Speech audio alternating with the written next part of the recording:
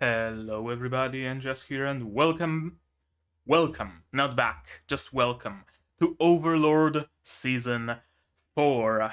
Unfortunately, I don't have more skulls than this pendant and this one. I had a skull ring, but I can't find it, so I'm gonna have to make do with this thing that I found in my cupboard. Yeah, I wish I had more skulls for the occasion, but alas, I don't have quite enough. I can only hope that ainz-sama will forgive me this transgression. Season 4, long awaited, that's for sure. I think it was even like delayed a couple of times. I'm not entirely sure about it, but wouldn't surprise me. What can we expect from this season? I have no clue. Or rather, I have seen the trailer, and in the trailer, it seems like we're gonna meet the dwarves. We're gonna do some shenanigans in the Empire, and besides that, I have no idea. I'm not familiar with the source material. I wanted to say neither with the manga nor the light novel, but I think the manga is still behind the anime. But yeah, I'm not familiar with the light novel, so I don't know what's coming. From what we could see in the trailer, though, what I think we can expect, what I think we have coming, is a little bit of a bump in quality, it seems to me. I haven't seen any examples of egregious CGI in the trailer, certainly nothing on the level of the Goblin Army or the Cat's Plains that we've seen in seasons past. So I'm hopeful that perhaps Overlord got maybe a little bit more budget and a little bit more time, a little bit more staff perhaps, and they're going to create something good and something memorable. Although, let's be honest, every season of Overlord was memorable, at least to me. The stories, the characters, they are great, they are amazing, there is absolutely no question about it. The only thing that was keeping Overlord as a series a little bit behind, well, a fair bit behind, is the quality or lack thereof. There were some moments, particularly in like the first seasons, that actually looked great. Although even in later seasons, the moment when Nefiria and and the what's her face, the goblin leader, I'm just gonna call her Enri, Nefiria and Enri enter Nazarick, very memorable. The Nazarick itself, the throne room. There are some actually great moments, some actually great art, even at times, but alas, it is not all the time, and the use of CG is not the greatest. Perhaps not like Arifureta Season 1 levels bad, but if you're curious and you haven't seen previous seasons of Overlord, then first of all, what are you doing here? Second of all, go and look up the Goblin Army March and the Cat's Plains. Go look them up on YouTube, and you're gonna see what I mean by bad CGI. What else? What else is there to say about Overlord Season 4? Well, as you can probably tell, I haven't reacted to Seasons 1, 2, and 3. I have seen them all multiple times each, and I know that there are many people who do have reaction series on all seasons of Overlord. Off the top of my head, Nozivix, Yaboy Rock Lee, Yaboy Roshi probably also. I'm not sure about that one. Dapper Darius, I think. There are plenty of channels out there if you look up Overlord Season 1, Overlord Season 2, Overlord Season 3 reaction. You are sure to find something. So, to keep the continuity, go and watch the previous 3 seasons if you haven't already. Watch them alone, watch them with some other commentary, and then come back here and let us enjoy Season 4. As usual, we're gonna start with the reaction segment, then I'm gonna go through the episode again. We're gonna discuss particular moments, we're gonna go frame by frame if need be, we're gonna have some discussion. Well, I say discussion, but I'm alone here. I'm gonna be discussing with myself and hoping that maybe you continue that discussion in the comments.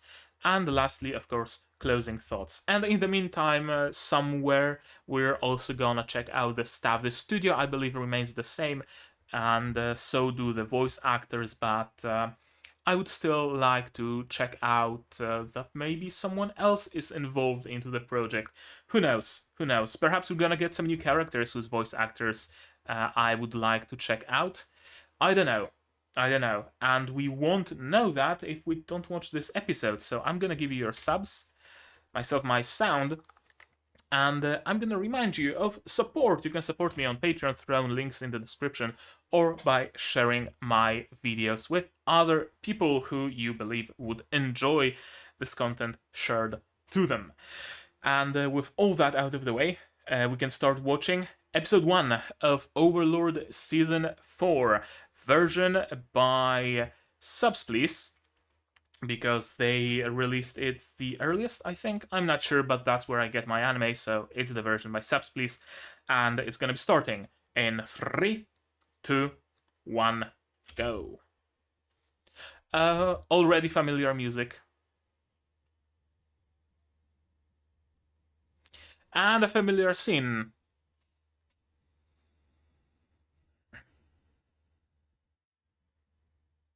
Indeed.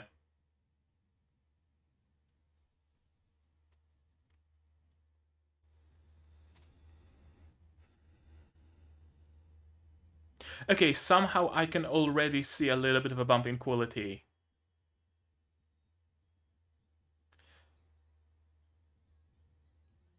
Some of the animation is a little smoother.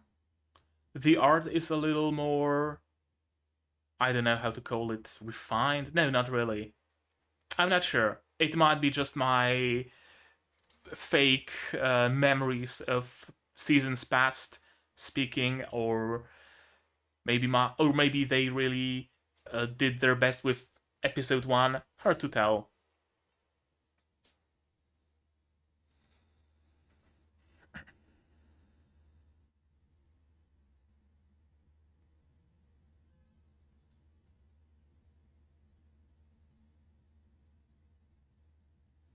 It's not Nazarick, is it?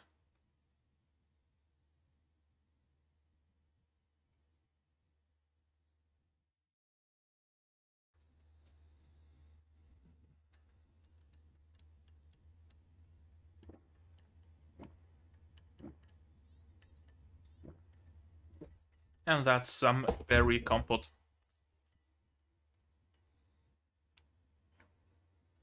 Maybe.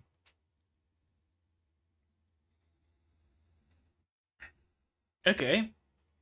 We're starting Slice of Lifey. She's gonna pick the exact same clothes he's wearing right now. Or... Okay.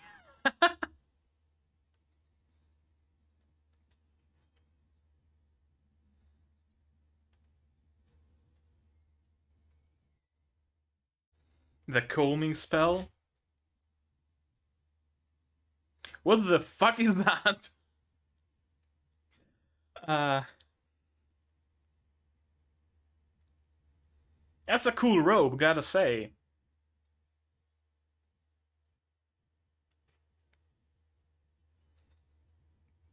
That's a lot of those elder liches.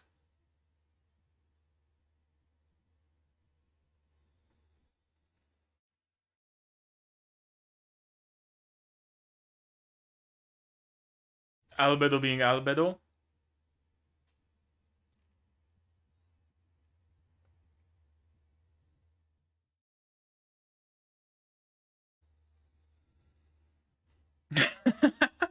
Of course. Yeah. Ainz is no ruler. He can rule Nazarick, but not a whole ass country.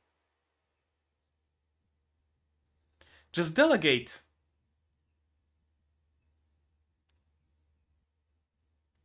Just delegate, Ainz. That's what a ruler is supposed to do. He's supposed to have people for everything. The ruler isn't there for menial labor. It should be delegated to the lesser ones.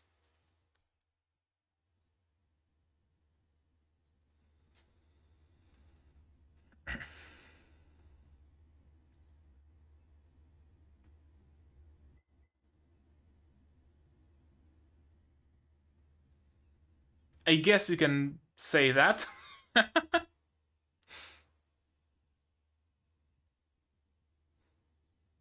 Okay, he's delegating.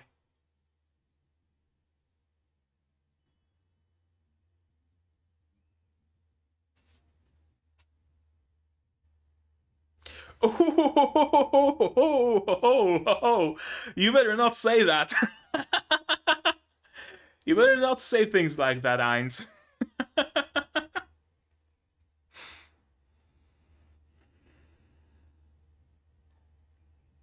I know what's the feeling I'm getting from the art and animation is it feels a little bit more modern.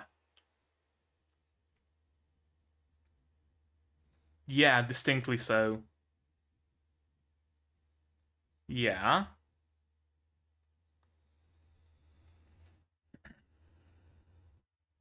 Strong education system is a basis of a strong country.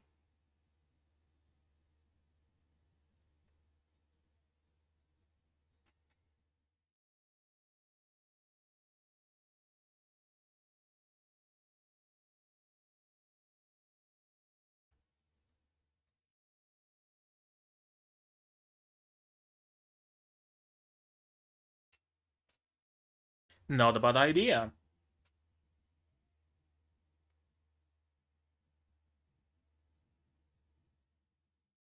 Yeah, makes sense.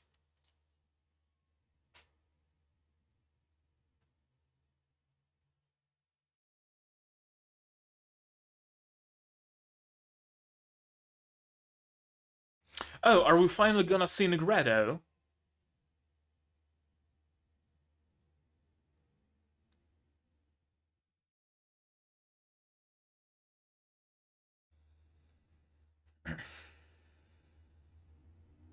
Okay, that's cool. No, it actually plays well into our plans. That's gonna be a great start for the orphanage we're building. Besides, think of them as our children, Albedo.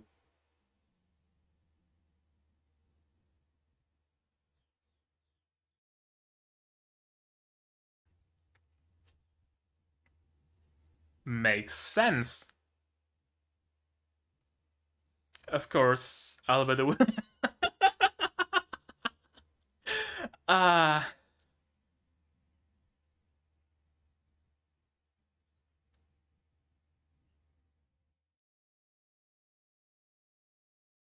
I hope Ainz wasn't planning on turning everybody into Pandora's actor. Although knowing his tastes.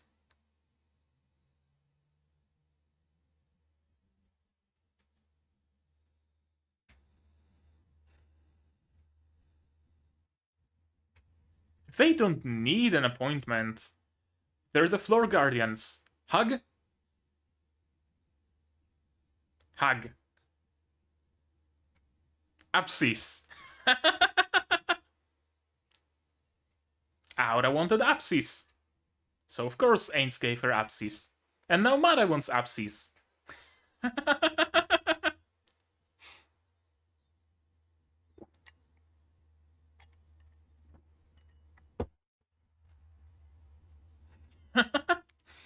And he only has 2 knees. Okay, so nothing in particular. It seems like yet again we are starting very light, very slice of lifey. Albedo wants Apsis.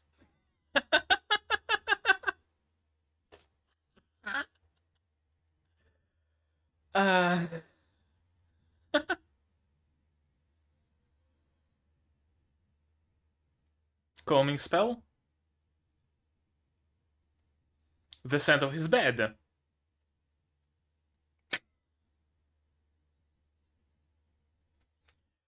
Of course.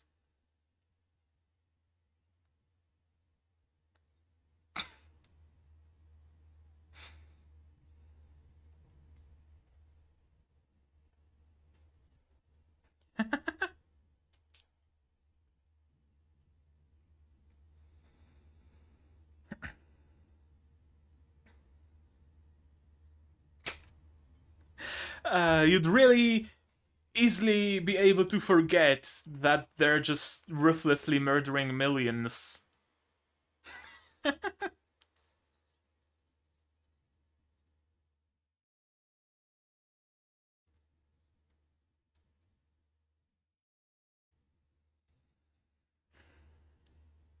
They're all striving for your attention. Simple as that.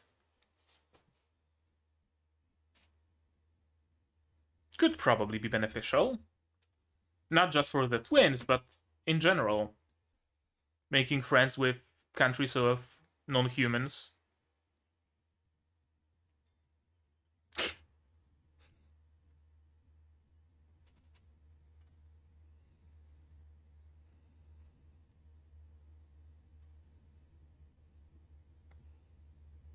Good save, Mare.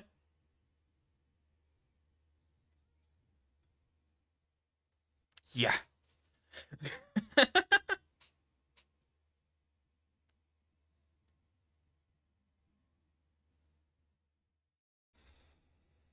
Interesting. Why would it be? Was everything shipped away? Destroyed during the battle? Oh, lack of merchants. Gotcha. Stands to reason that they would be fairly apprehensive from coming over here. He sure will.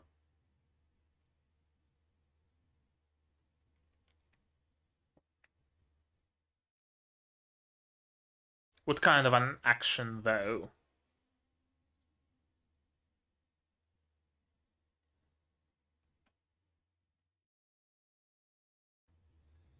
Why?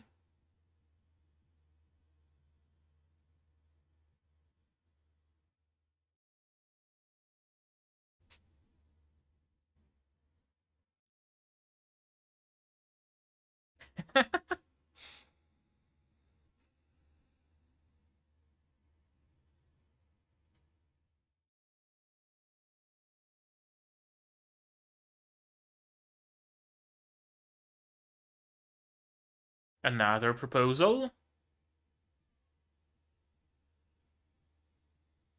Okay, no, just looking for ideas.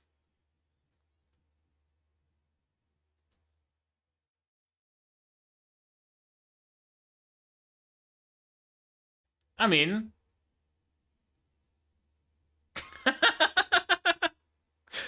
uh...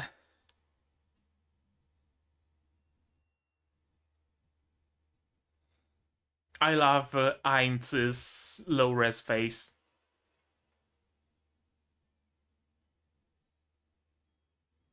Nemske sleeping with the... not Hanske, sleeping with the Dark Black Knight? Or just alone?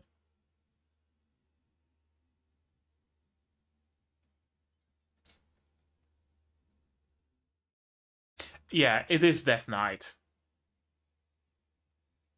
Death Knight isn't CG. Color me surprised.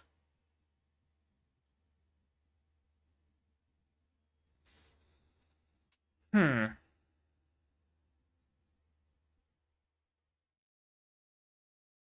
Okay, so Pandora's actor is acting as Momon. Always with the flair. uh,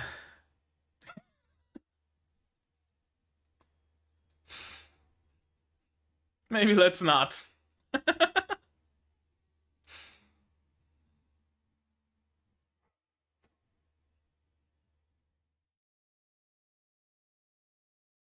Probably not particularly well.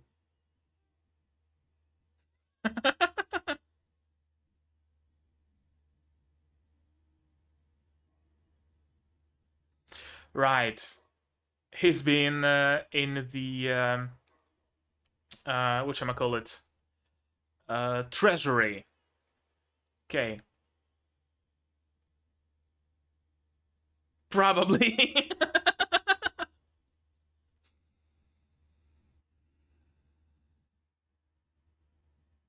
Magic item freak.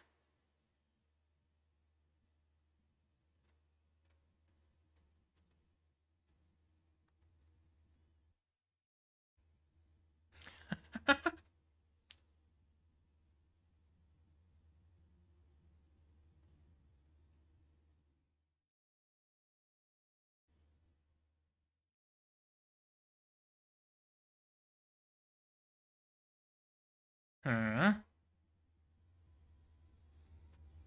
I mean, yeah. You quite literally are. But he likes doing that.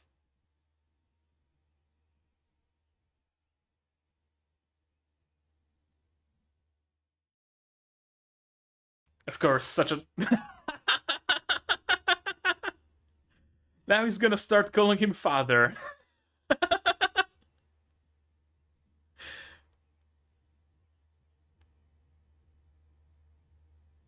Yeah. Always an explanation.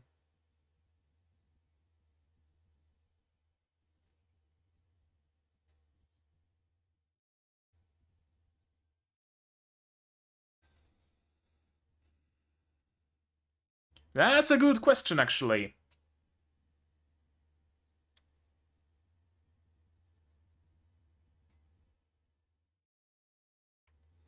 That's a very good question. Probably neither, let's be honest here. The fuck are you doing, Fifth? I guess she has to follow Ainz everywhere. The sound design.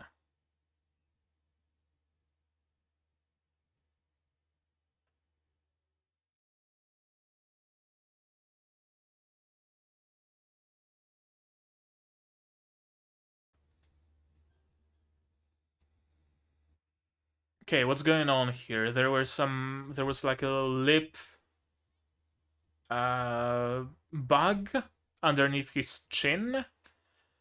Is that just a regular skeleton playing as Ainz's double? Essentially, Ainz is like remotely controlling it.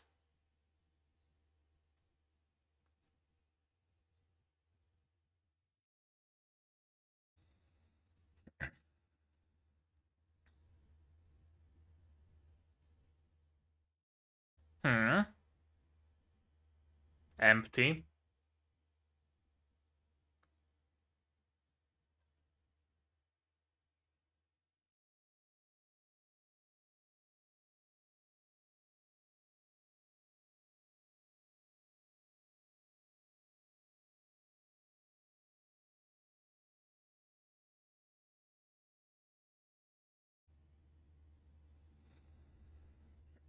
Why are they no longer available?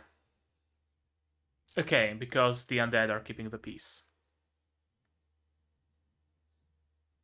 Yeah.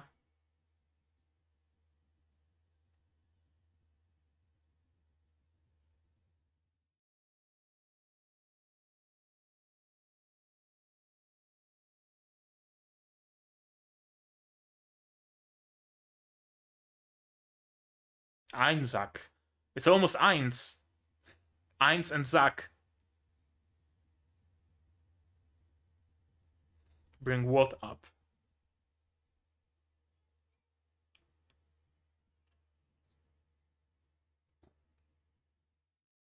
Hmm.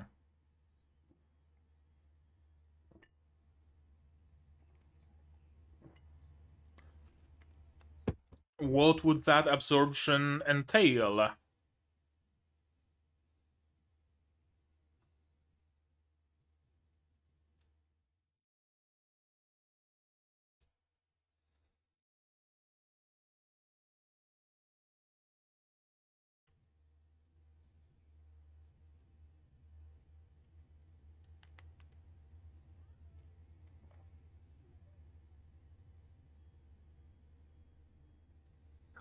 Makes sense.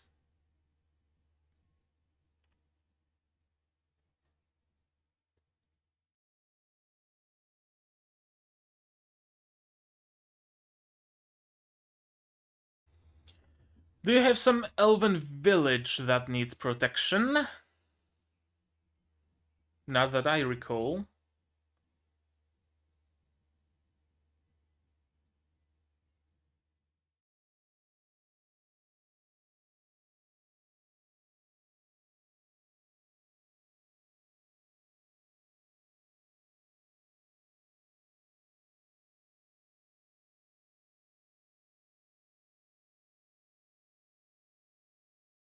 Okay, what is that business? We're finally doing some politics.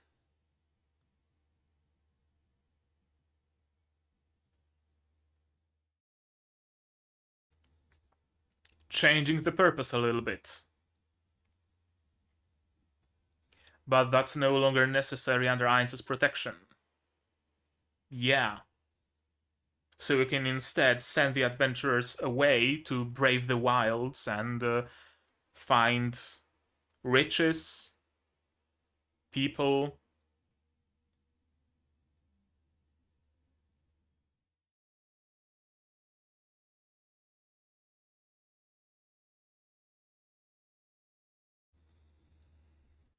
And that will also allow you to explore the world as Momon.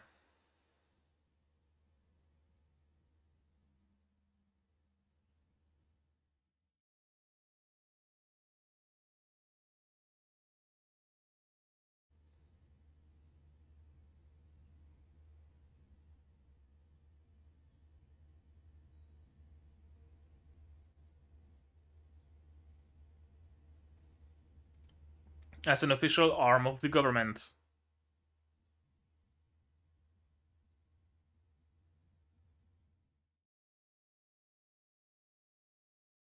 Not necessarily.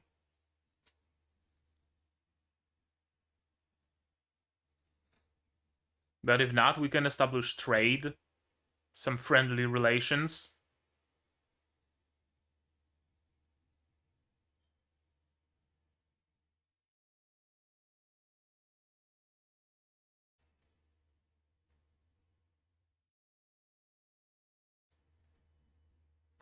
Yeah, they're not really going for adventures, are they?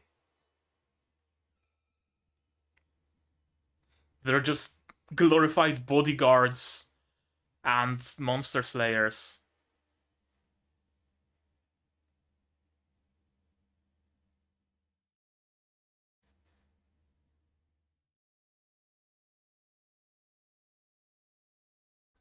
Okay. He's on board. Oh, that's some nice music.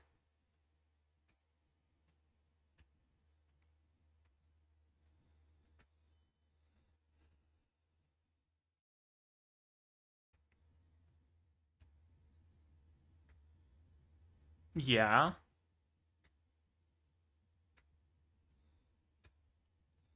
Is this gonna be our new OP?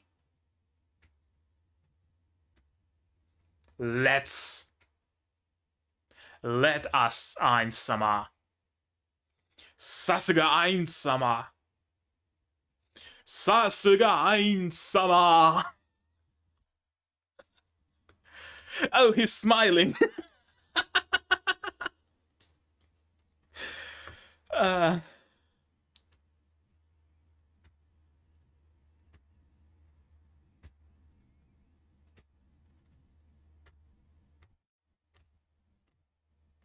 yeah. That's a goal and a half. Grow the guild into the size of a city-state.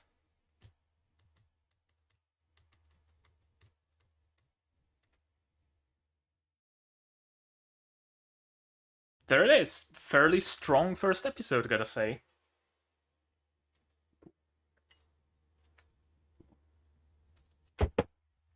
Okay, the timer can stop now. Because now we're gonna go through this episode again. Shall we? Yes, we shall, is the answer. Because the question is rhetorical. And yeah, let's go. Yeah, we're starting immediately with Albedo just marking Ainz's sheets. Or is it her bedroom? I'm not sure. There's no Ainz Dakimakura, so it's probably not her bedroom. What kind of a kingdom Lord Ainz plans to create? Sorcerer Kingdom Ainz Ooal Gown. Ainz Ooal Gown, Nation of Leading Darkness. Jesus, that's a long title. And yeah, of course, he recognized the scent because Albedo left it all over the place.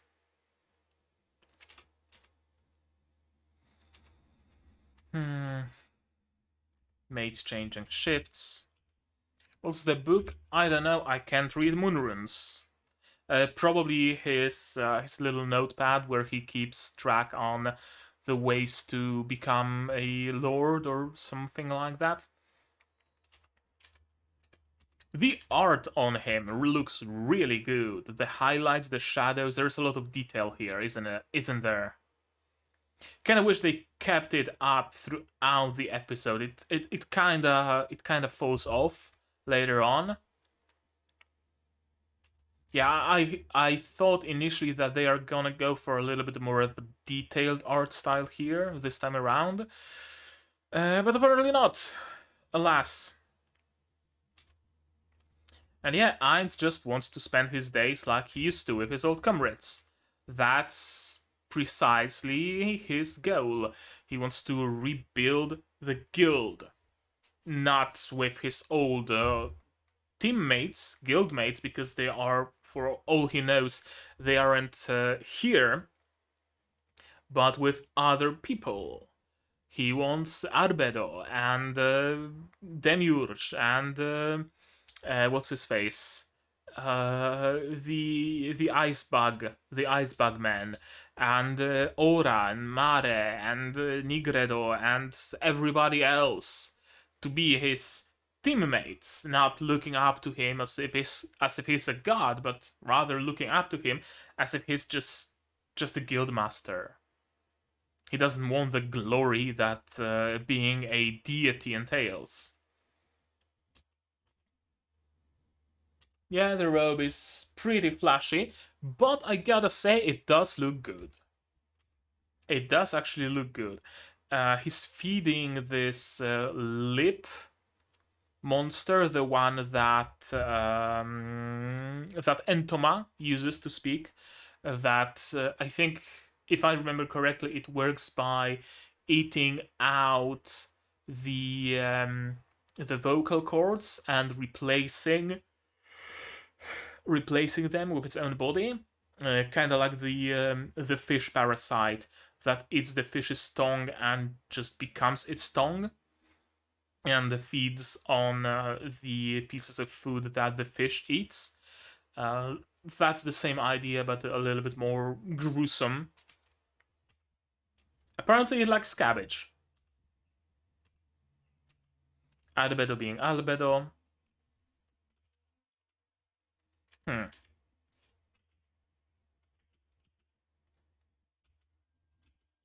Hmm. I'm still trying to figure out how exactly do I feel about the art, because there's something, some certain je ne sais quoi that's distinctly different from previous seasons. But I don't think I can put my hand on it. For all intents and purposes, the art style is the exact same as in previous episodes. That's not even a question. In some moments, they are adding just a little bit more flair, but for the most part, it's the exact same. It's not even like animated particularly highly. A little bit of like maybe not quite sliding PNGs, but a little bit of animation that doesn't have particularly much effort behind it. I'm not holding it against it though. It's still perfectly fine. But there is something, like Albedo's face here, for example. There's something, I don't know how else to call it, but modern, right? It feels like Overlord made in 2022, not like Overlord made in 2013 or wherever, whenever the previous season was. I don't know. Maybe you guys can put it into words. Leave it in the comments on my Discord, whatever. But it feels just a little bit different. Not enough to matter much, but enough to be noticeable somewhat. Of course, Ainz is no ruler. He's just gonna stamp everything, approve everything. What are those documents? I don't fucking know. Approve, approve, approve, approve. Oh, why is our country failing? Missing materials. Oh, okay. It ties into what Albedo later said. It's a report about some materials. And later Albedo says that there's a problem with the lack of materials, because of course there is. Status of the laws. Demiurge has some initial draft of the laws. This face of Albedo looks very modern for some reason. I don't know why. I can't put my hand on it. But there is some certain je ne sais quoi to it. Yeah, Ainz is knowledgeable in social law. Of course he isn't. And you should have known better, Ainz, than to mention things like that in Albedo's presence. Your happy expression looked so cute. It did. Like, I mean, fuck. I'm gonna have to take off this finger armor. Disable the subtitles. Primary track none. Fucking saved. Subtitles, primary track, English. There we go. At least she was able to keep herself together. The for knife or whatever they're called, the invisible assassins didn't have to act this time around. That's good. That's good. Albedo is growing slowly but surely.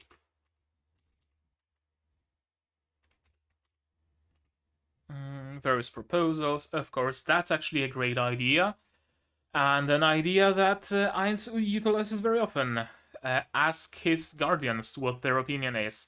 Not only does it serve to help him making the decisions that he can't realistically make because he doesn't know everything. He's not omnipotent. He's not omniscient, despite what the guardians would like to believe.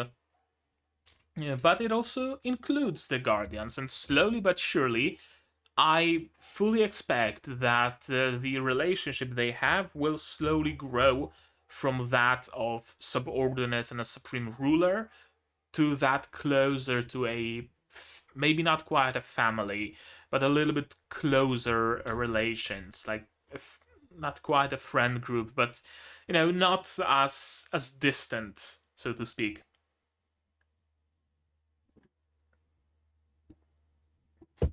I know not if the light novel actually went there. Wouldn't surprise me though. Wouldn't surprise me. Educational system for the children. Yeah, if you raise talented individuals, they will continue to strengthen Nazarick. And it's something proven to be beneficial for Nazarick. Even humans, like regular, boring ass, weak ass humans, can be beneficial for Nazarick. Nefiria and Enery being examples. If Gazev Stronov decided to join, he'd be a huge asset. Brain would be a huge asset, right? So there are actually exceptional individuals among humans, and if you do decide to nurture them, you can also make use of their power.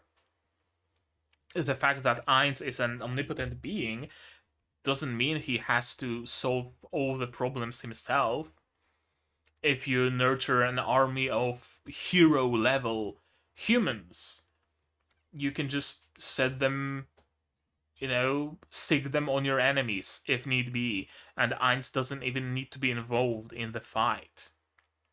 And that's what Ainz should be striving for, I feel, towards, like, delegating things.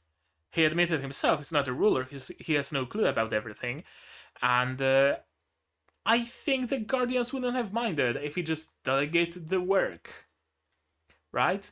Pestonia, you're knowledgeable about food. Figure out what crops we can grow here, right? Oh, this is about, I don't know, material shortages or mines or whatever. Hey, Cocytus, go check out the mines. This is regarding the wildlife around and natural resources. Aura, I'm gonna give it to you, He should learn to delegate. He should create, like, ministries, essentially. Right? A Ministry of Agriculture, a Ministry of Infrastructure, and so on and so forth, and delegate each of his guardians towards one of those ministries. Sounds like a perfect solution to me. And again, I don't think anybody would have minded. I think if he said that, oh, just pushing papers is below me, everybody would be like, Sasuga, Ainz-sama, of course you are correct. It is below you, let us do the job. They'd be delighted that Ainz relies on them so much. Suggestion from Yuri Alpha. She does seem like a reasonable person of that kind. Knowledge is worth more when it's monopolized. And yeah, a good idea. Orphanage. Raise the candidates there. And if someone talented happens to appear in that orphanage, someone like Nefiria, someone like Brain Anglaus, someone of that caliber, you can take them into Nazarick and you can continue growing them in the direction you want to grow them in. Perfect plan.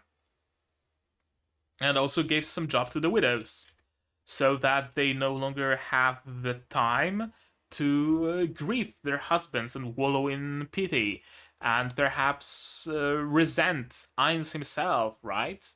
If they have a job, a stable income, a stable food on their plate and whatnot, they don't think about overthrowing their ruler.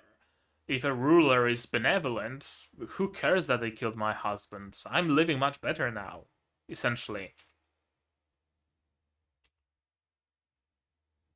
And yeah, also increases the fame.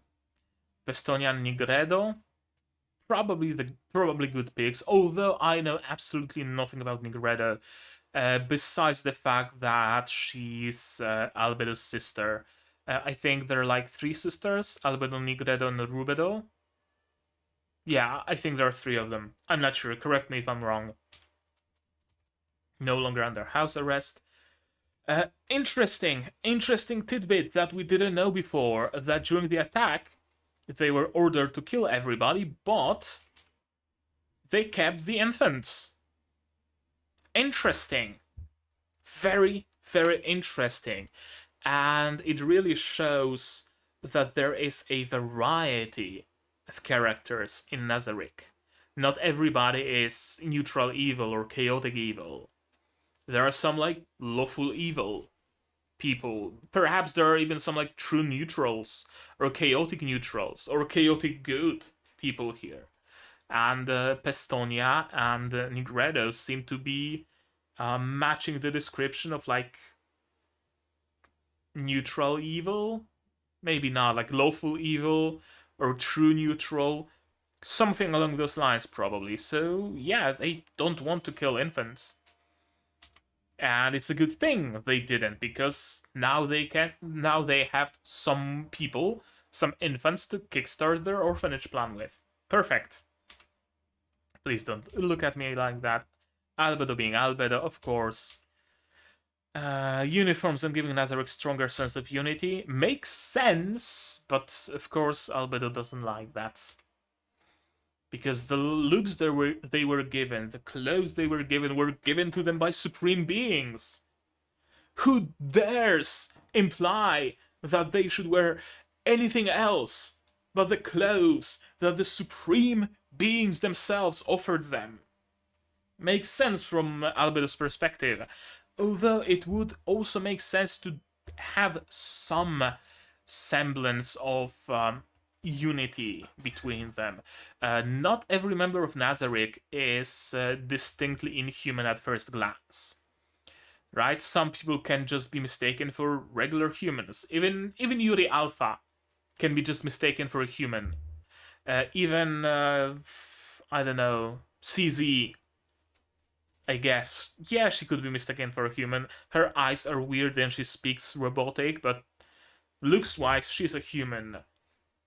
So giving them something like, I don't know, a ribbon or a wristband or an armband. Okay, an armband might be a bad idea, but something distinct that tells them they're an officer of Nazarick. Makes sense. Doesn't have to be full uniforms.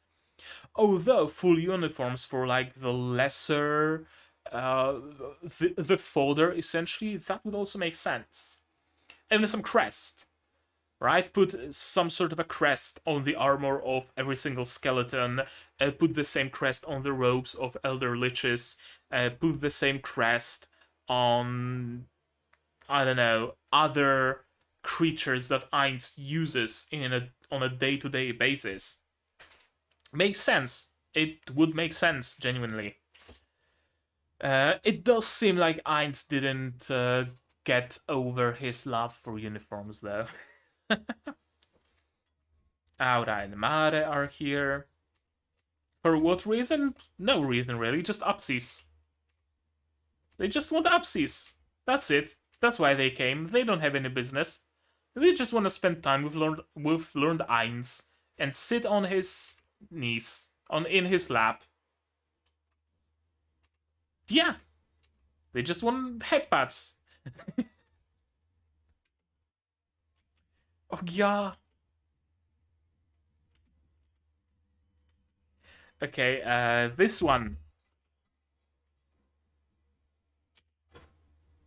This one, a screenshot won't do any good. I'm just gonna record it real quick. Capture screen recording. There we go. There we go, recorded. Where is it now? There it is. Stop. There we go. Yeah, thank you. I know that you saved it. Okay. Albedo being Albedo. Or rather, not being herself, being really cute. Acting really cute this season. I like it. I like it. Always liked Albedo, but it's nice to see her showing more of the cute side of her and a little bit less of the yandere. Yeah, Apsis. No, sit there yourself. This looks distinctly like separate layers, but whatever. Also, art style is kind of inconsistent, I noticed. The line work, the line art. Like in some shots, yeah, the line art is kinda takes on a little bit of the color of what it's outlining. It's not pure black, and it's fairly thin. And then you have like this scene where the line art is fairly thick, and it's even thicker here. And it's pure black. I don't know why. It's, I guess, kind of a weird thing to notice, but I couldn't help but notice it. Albedo being Albedo, of course. Will you let me sniff you for a bit? Sure. And Mare's Aura is not amused. Of course she's not.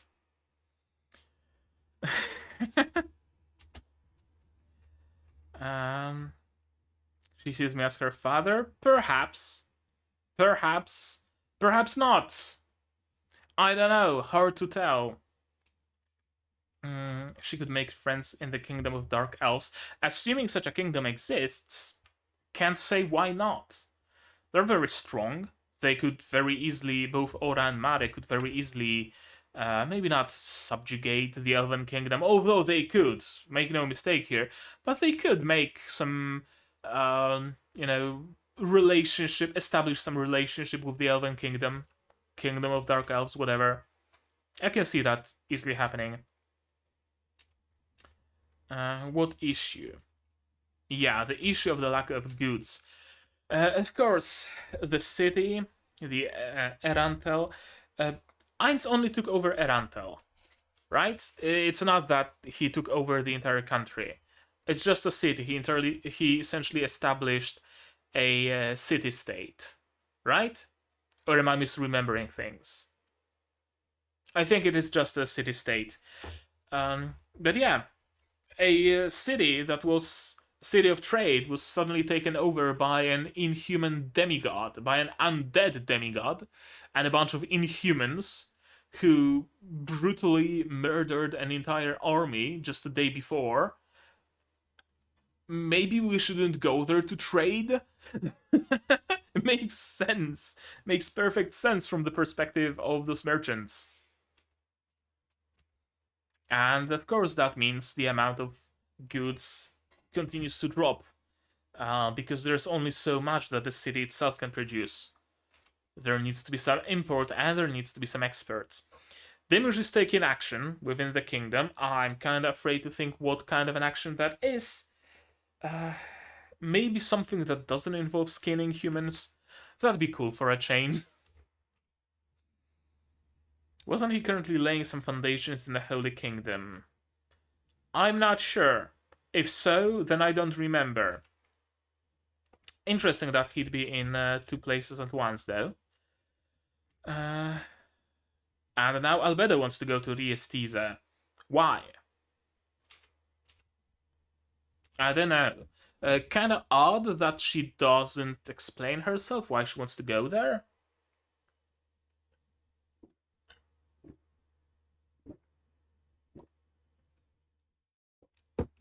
Somehow I have the feeling that she wants to meet up with the princess.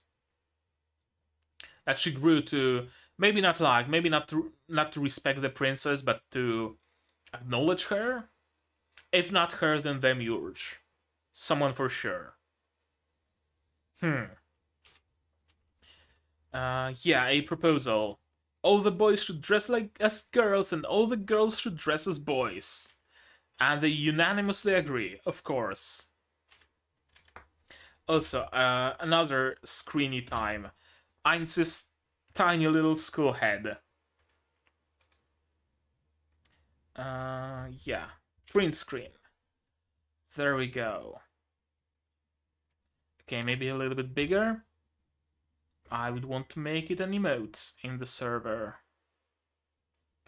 Actually, I'm gonna turn off the subtitles again, and just screen cap the entirety of Ainz. Save, subtitles, back on. So, if I hadn't convinced, yeah, Sorcerer Kingdom would have been a kind of crazy place. It would have. It most definitely would have. Hamska just sleeping around with the Death Knight. The Death Knight not being CG, that really took me by surprise. Every time we've seen Death Knight so far, he's been entirely CG, but not this time. Interesting. Pandora's actor is here. Didn't change one bit. Although maybe he did get just a little bit more deranged. Just a little bit, just a smidge more deranged, because he wasn't able to touch his magic items, to fiddle with the gems, to catalog the coins. Ainz, what the fuck did you create?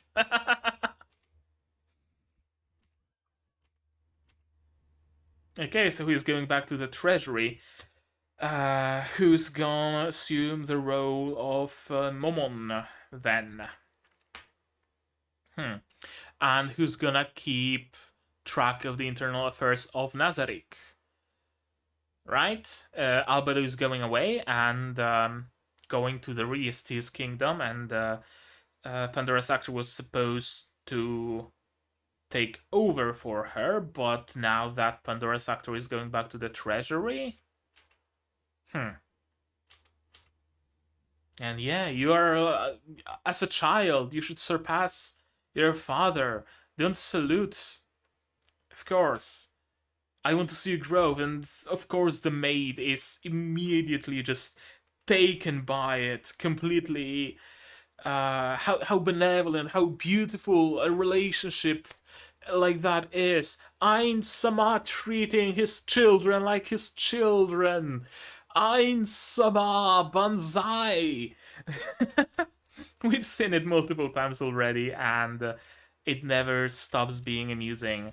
Why the long face, Ainz? And he's just gonna continue calling Ainz father. It's gonna be very interesting if Albedo happens to overhear it. That's gonna be very interesting. And yeah, that's a good question, actually. How do you plan to rule this country? They ask what kind of country you will lead. Slaves? Wars? And I love Fifth. She's so... she's just so... I'm not gonna even finish it. She's just so...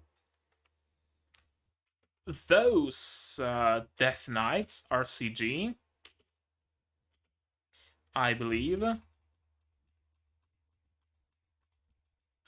Animated on twos, though. And using a very good shader.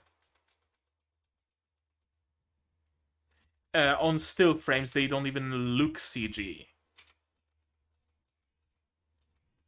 Yeah, that's actually a nice bump in quality of CG. Those things, they're animated on ones, so you can immediately tell that it is CG. But again, very good shader on them. They're making strides. They really are making strides in the quality of CG they're using. Now, what's the deal with this? Why is Ainz speaking through the lip bug thing?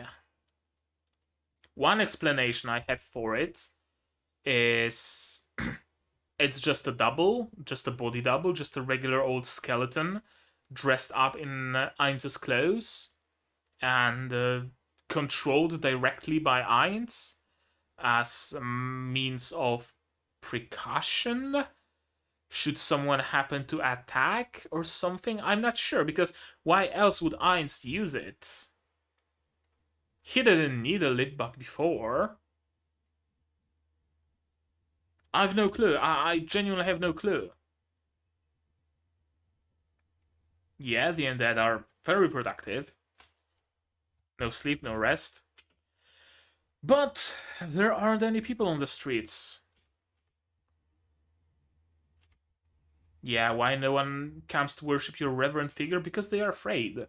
Just plain and simple. They too don't know what kind of a country will it become. That's why they ask Momon those questions. They don't know what's gonna happen yet. Their city has been taken over completely by an unknown force, an ancient undead demigod. Will they all be sacrificed in some ritual? Will they all be enslaved? Will they all live in prosperity? Doubtful. It's a bunch of monsters, essentially. Why would monsters be benevolent? Makes no sense.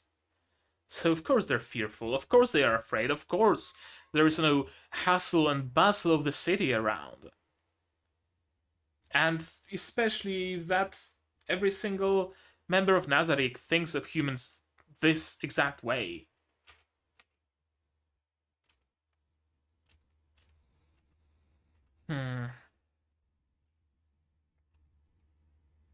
Yeah, no monster hunting and security quests because Ainz's army takes care of everything. So what else is there left? Nothing. Some herb gathering, maybe? find my father's sword, that kind of quest, nothing particularly interesting. That's why there's nobody here either.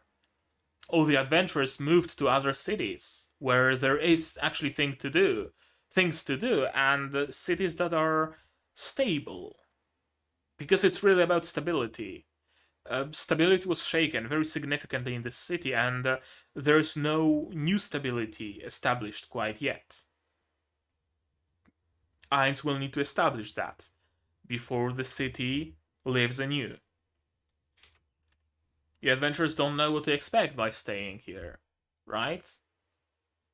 Will they be attacked? Will they be taken prisoner? Will they be experimented on? Will they just be killed on the spot? Nobody knows. Nobody can be sure. Ainz needs to set a precedent here. And meeting with important figures in the city, I think, would be the first step towards that. Because then the opinion can trickle down, right? This guildmaster, he's gonna tell people about what happened. That Ainz came over to visit Ainz Ooal Gown himself, and he has an amazing idea for the adventurers. He wants to bring adventurers to their deserved glory. But could it be, father, that he wants good for us? Well, I don't know, my granddaughter, but he wants good for adventurers. And the word spreads around, essentially. Maybe unknowingly, but Ainz is making the first steps in alleviating people's fears. I would like to absorb the Adventurers Guild into the Sorcerer Kingdom. Yeah, a very drastic change because the guild is independent usually. But yeah, if the adventurers are to meet new nations that nobody made contact with before, meet new people, find new areas, new species, perhaps, who knows, maybe even sentient ones, then the guild would just have itself to defend to deal with whatever fallout might be from from the adventurers making contact. If the guild is rolled into the Sorcerer Kingdom, it has the backing of the whole kingdom behind it. It becomes much more significant. Makes sense. Adventurers exist to protect the people, never involve themselves with government, and never lend our aid in war. Yeah. Yeah. Elves are traded as slaves. Do you protect them? Lizardmen, orcs, goblins. Lizardmen, okay, they are sentient. Orcs and goblins, not so much. But sure, whatever. Yeah, adventurers are made for something more. Not just glorified bodyguards. And now that there aren't any bodyguarding jobs, then I want to make adventurers actually go on adventures. Makes sense, makes perfect sense. And he doesn't want to invade. He makes a point here. If he wanted to invade, just grab your army of undead that never need sleep, never get tired, set them forth. If they encounter a place, any place, conquer, go forth. Simple, just spread your armies around and conquer the world. It's not an issue for Ainz. Getting friendly relations, that is an issue. If you look like that, if you have so much might to yourself that creates reverence in people, be it in a positive or a negative sense, it really makes no difference. It's hard to make actually friendly relations if he sends adventurers who are just regular humans. They are much more likely to start some friendly relations. Makes perfect sense. And yeah, also makes sense that Ainz would dislike the way adventurers are. He probably reminisces of his days in the MMO when he was an adventurer and the quests he was going for were much bigger than just collect 5 herbs and defeat 10 wolves, right? And he wants that. He wants to recreate what he remembers to be adventurers. And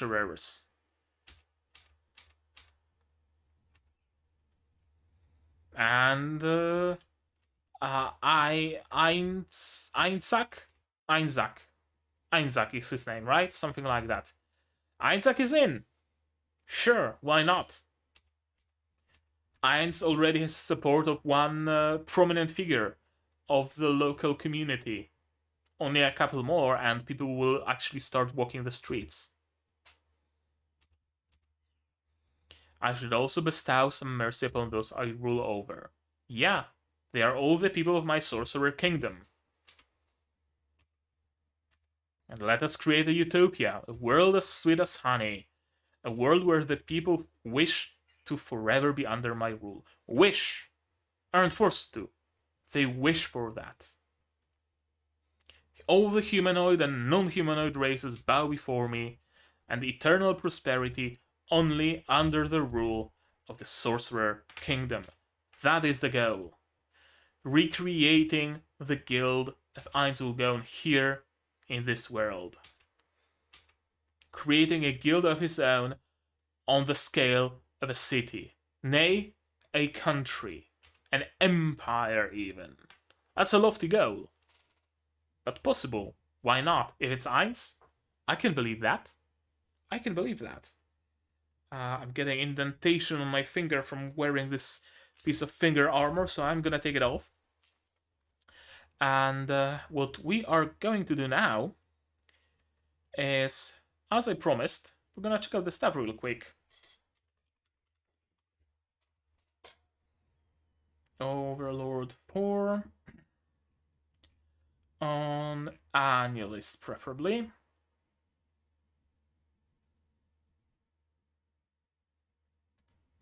There we go. Annulist, full screen. And can I do window capture? I can do window capture. There we go. Overlord 4, the 4th season of Overlord. Prequel, sequel, right, Overlord Sei Okokuhen. I think, oh, it's a movie. Okay, interesting, because I know that there's a new season of essentially Pleiades. So that's gonna be interesting. Studio Madhouse, no changes here.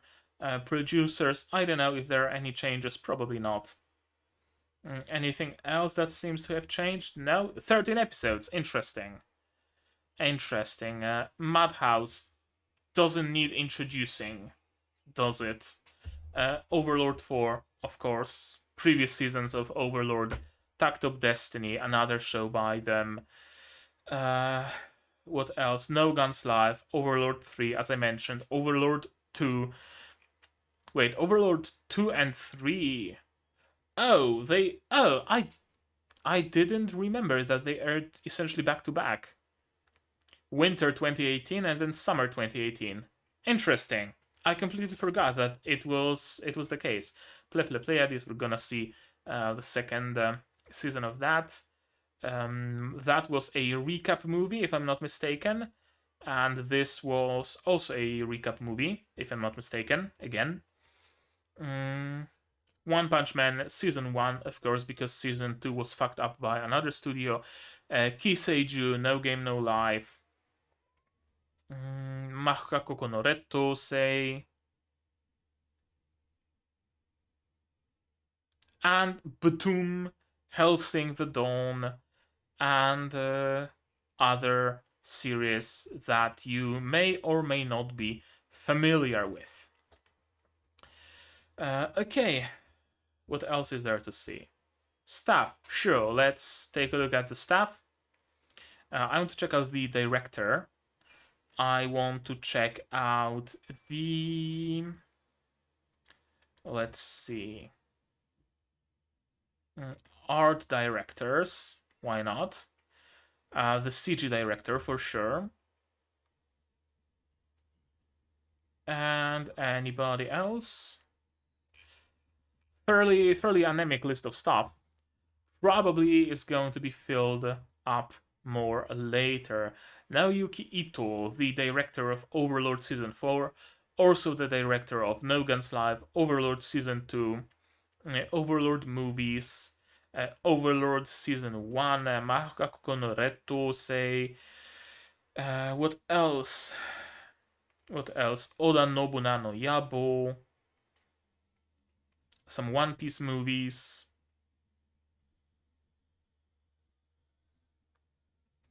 Baki, Angel Densetsu, but not as a director, and not many more shows that I would recognize. Interesting that he was the director of Overlord 4, 2, and 1, but not Overlord Season 3. Interesting. Married to Sayo Aoi. Who's Sayo Aoi? Just out of pure curiosity. Key animator. Okay. Interesting. Shigemi Ikeda, art director for Overlord Season 4. Yahari. What else? Azure Lane PVs, apparently. Boku no Hero Academia 4, One Punch Man 2, Boogie Pop, Overlord Season 1, One Punch Man, Yahari, Yahaore, or whatever the short for it is, High School DxD, DxD, whatever, Rosario to Vampire, Afro Samurai, and other shows that I do not recognize. Again, interesting. An art director for Overlord Season 1. Did I already pass it? I think I already passed it. Control F. Overlord, yeah. Season 1, art design, art director. Season 4, art director. Not 2 or 3. Yukiko Mayur. Oh, wait. Yukiko Maruyama, Overlord 4. Promised Neverland 2. Okay, that's not great. Although art director, not a director or script writer, so that's not bad. Yahari, One Punch Man Season 2, One Punch Man Road to Hero, whatever that is. Overlord Season 1 again. Not 2 or 3.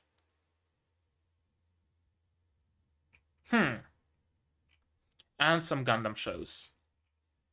Another art director for Overlord 4 that wasn't involved in second or third season. Miho Norisue, Overlord 4, One Punch Man 2, Yakusoku no Neverland, Boogie Pop, Beatless, and not much more. Yasutaka Tanaka, CG director for Overlord 4, Death Parade, Great Pretender, Mahaka Koko, No Game No Life. Not involved in seasons 1, 2, or 3. Okay, just out of curiosity. Script, I know it's just listed for episode 1, and episode director also, why not? And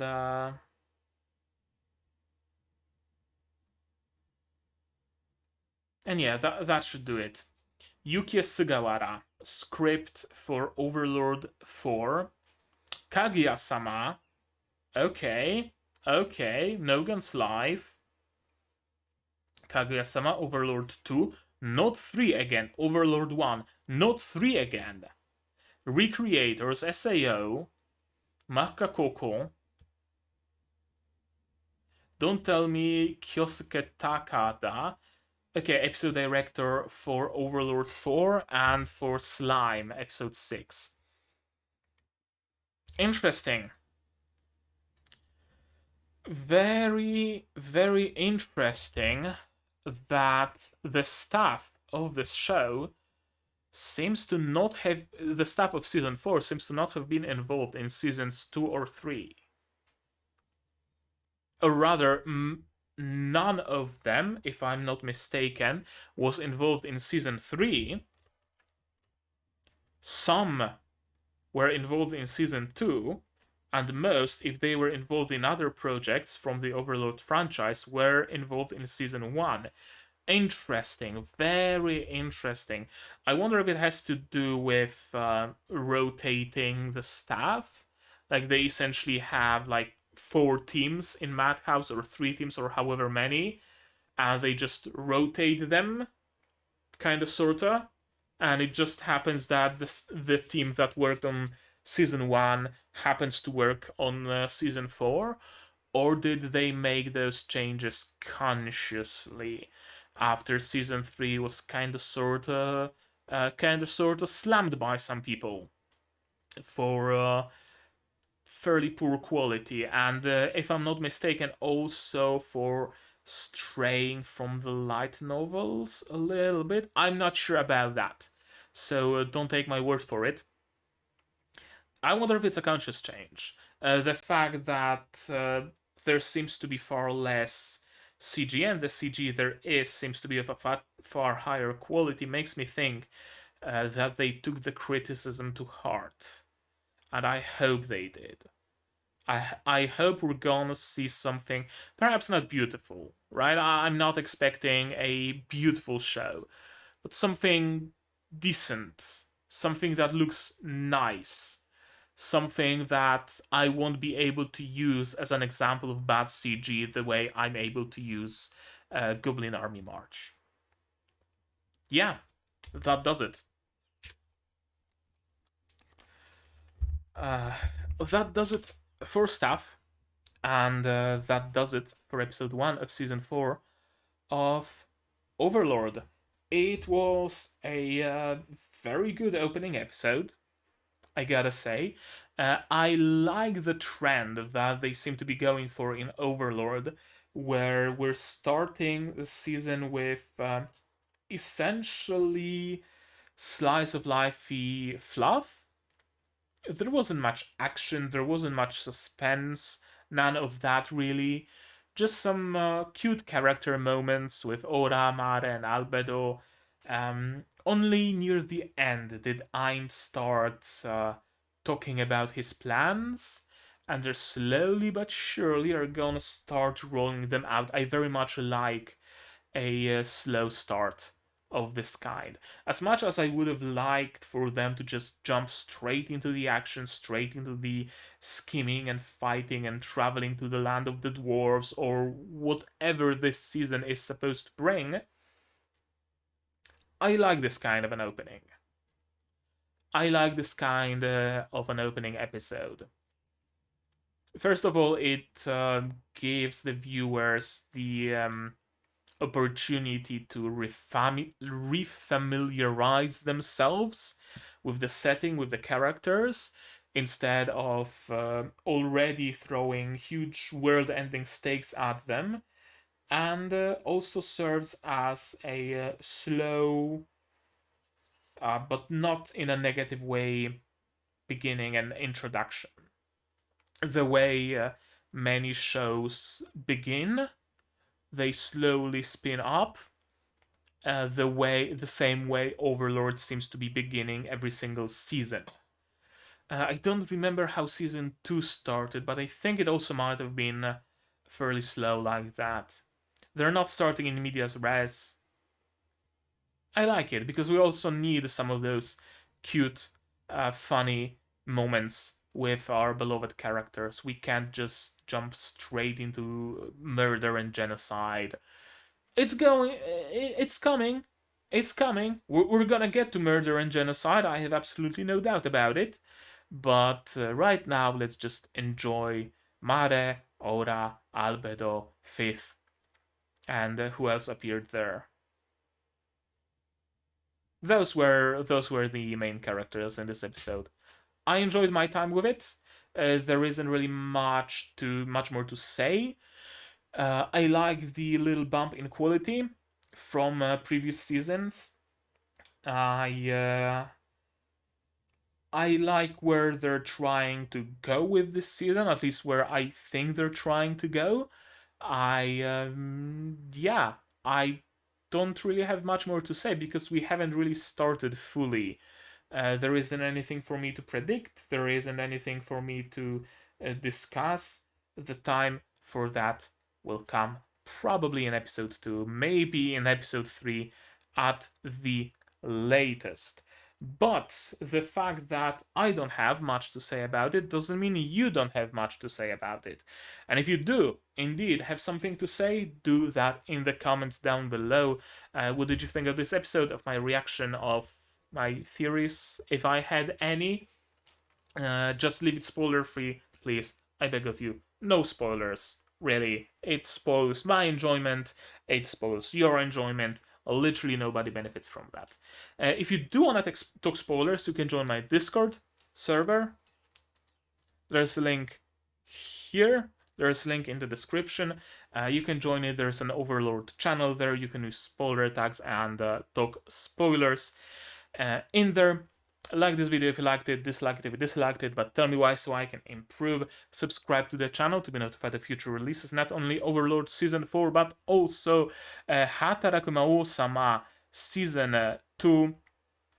Also, what else? Ruby, I recorded the first episode like yesterday. Also, Symphogear GX. Also, Review Starlight, we still have the movies to watch, so stay tuned for that. Also, Yofukashi no Uta, which will be a brand new series I'm gonna be starting soon as the first episode releases. And also another non-seasonal that will be taking the place of Review Starlight. What's it gonna be? I don't know. That's gonna be decided by the poll on my Patreon. Speaking of Patreon, if you like what I'm doing, you can support me on Patreon. For example, link is down in the description. For $10 a month, you get early access to non-seasonal shows like Review, like Symphogear, like whatever else is replacing Review. For $5, you can vote in the poll, and for just $1, you get access to a role on my Discord server, and you also get a place in the credits. There's also Throne. I'm still not sure what to do with it, but it's there down in the description as well. And if you just don't want to spend any money, you can still help the channel by sharing my content, spreading the word, because the word of mouth matters a lot for the growth of a channel. Like, comment, subscribe, share, Discord, Patreon. That's it. So, that's really gonna be it from me for today.